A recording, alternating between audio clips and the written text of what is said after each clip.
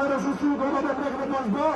Operation devil হাজার commander তিনি এসে সুস্পষ্টভাবে কি করবেন তা আমাদের আহত ভাইদের উদ্দেশ্যে বললেন, শহীদ পরিবারের উদ্দেশ্যে বলবেন, বিক্ষুব্ধ ছাত্র জনতার উদ্দেশ্যে বলবেন।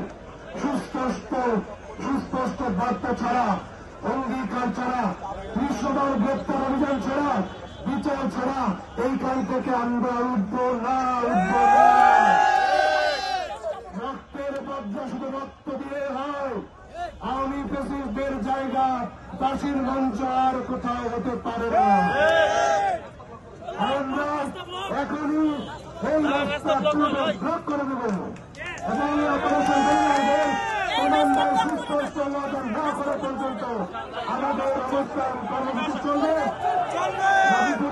গাজীপুরবাসী সবাইকে এখানে নেমে এসে সম্মতি জানানোর জন্য আহ্বান জানাচ্ছি।